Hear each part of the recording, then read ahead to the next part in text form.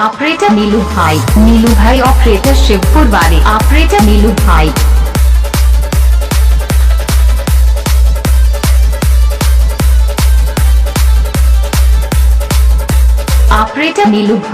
Operator Neelu भाई शिवपुर वाले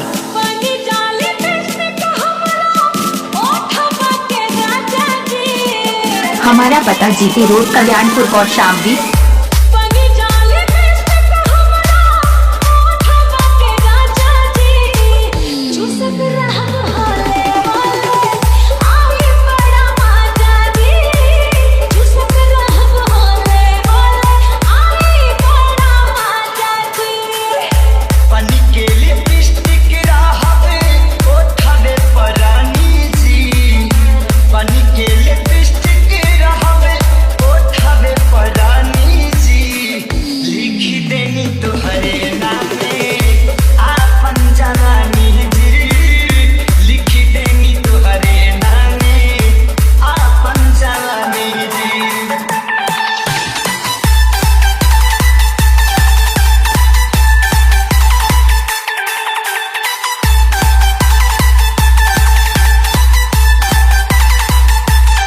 Neelu DJ हमारा पता GT road Kalyanpur Kaushambi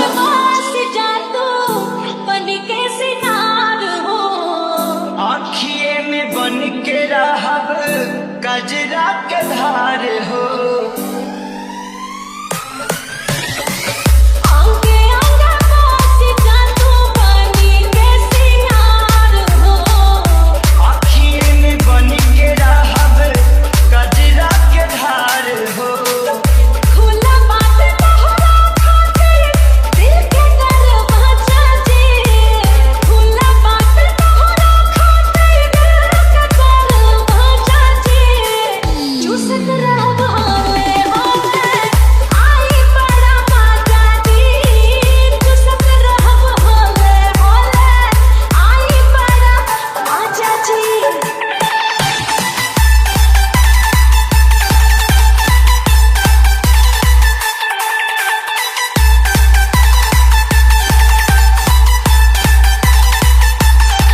Neelu DJ Shivpur हमारा पता GT road Kalyanpur Kaushambi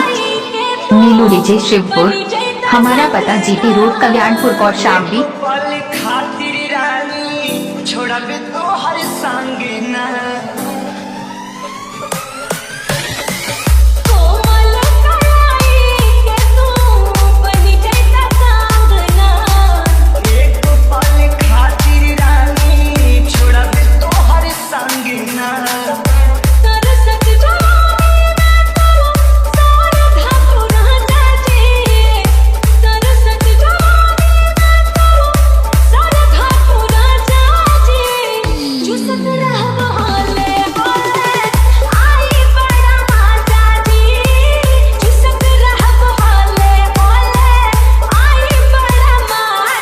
Neelu DJ हमारा ऑपरेटर नीलू भाई हमारा पता GT road Kalyanpur Kaushambi Neelu DJ हमारा पता GT road Kalyanpur Kaushambi Neelu DJ हमारा पता GT road Kalyanpur Kaushambi Neelu DJ.